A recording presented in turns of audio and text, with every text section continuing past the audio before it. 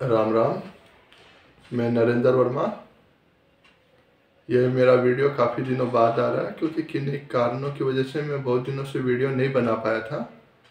आज मैं ये वीडियो बना रहा हूँ, बहुत दिनों बाद में हम मिल रहे हैं। इस वीडियो में मैं एक नया टॉपिक लेके आया हूँ, जन्म कुंडली से संबंधित। जन्म कुंडली में 3 भाव को अशुभ बोला जाता है, त्रिक भाव बोला जाता है उनको। वो होते हैं 6ठा भाव, 8वां भाव, 12वां भाव। इनको अच्छा भाव नहीं माना जाता है कुंडली में, लेकिन आज मैं इन्हीं में से एक भाव की बात करूंगा, अष्टम भाव की बात करूंगा। अष्टम भाव को मृत्यु का भाव भी बोला गया है, और जो लंबी बीमारियां होती है ना, उनका भाव भी बोला गया है। गुप्त भाव भी इसको बोला गया है।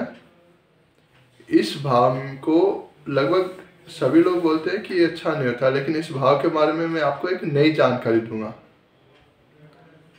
एकदम नई जानकारी है। इस भाव से भी राजयोग बनता है। अब ये राजयोग कैसे बनता है वो मैं आपको बताता हूँ। अष्टम भाव में अगर 2 या 2 से ज़्यादा ग्रह है तो ये अच्छा माना गया है, इसके रिजल्ट अच्छे देखे गए हैं।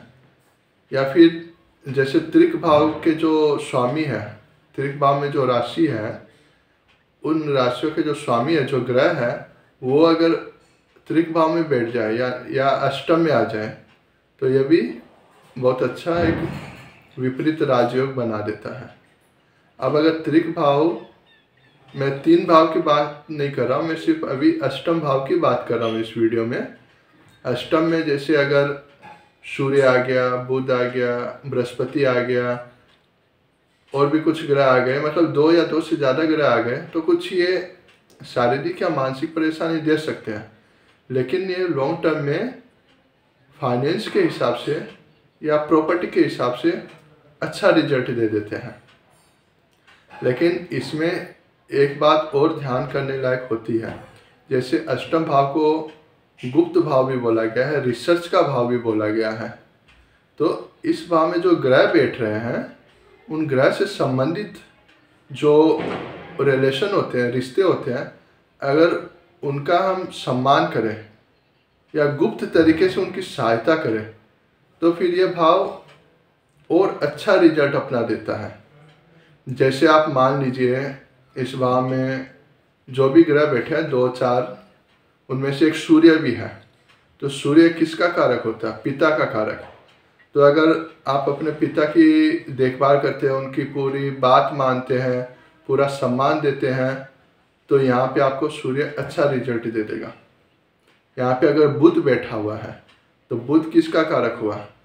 बहन, बेटी, बुआ। तो अगर आप अपनी बहन, बेटी, बुआ का पूरा ध्यान रखते हैं, उनकी सहायता करते हैं गुप्त रूप से, तो यहाँ पर आपको बुध अच्छा रिजल्ट देगा।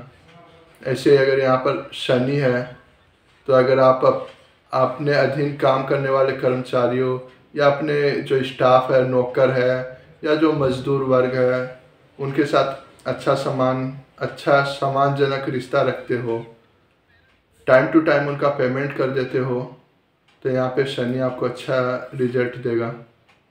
तो समझने वाली बात यही है कि अष्टम भाव में 2 या 2 से ज़्यादा ग्रह आपको परेशानी हल्की फुल्की दे सकता है, मानसिक या शारीरिक, लेकिन आपको पैसों की नज़रिए से, संपत्ति की नज़रिए से आपके लिए बहुत अच्छे रहते हैं। बस आप उन वहाँ पे जो ग्रह बैठे हुए हैं, उनसे संबंधित जो भी रिश्ते हैं, आप उनका ध्यान रखो और ये सब ग्रहों का अच्छा रिजल्ट आप पा सकते हो। पहली बात। दूसरी बात, अष्टम में ज़्यादा ग्रह होते हैं, 2 या 2 से ज़्यादा ग्रह होते हैं, या सात्विक ग्रह भी है, तो आदमी की जो मेंटलिटी होती है वो एक रिसर्च टाइप की होती है। मतलब हर चीज़ में अंदर में जाना, उसको कारण, जो उसके पीछे कारण है उनको ढूंढना, ये सब जो है वो सब एक मेंटलिटी हो जाती है। मतलब अलग अलग तरीके का ज्ञान हासिल करना, ये सब उसके स्वभाव में आ जाता है। ये अष्टम भाव के कारण होता है।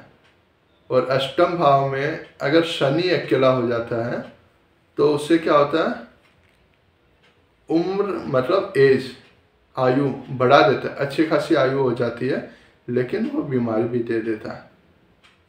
तो ये अष्टम भाव के बारे में एक छोटी सी जानकारी मैंने दी है कि आप अष्टम भाव में जो ग्रह बैठे हुए हैं उनसे कैसे आप लाभ प्राप्त कर सकते हो।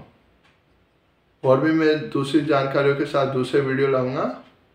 धन्यवाद।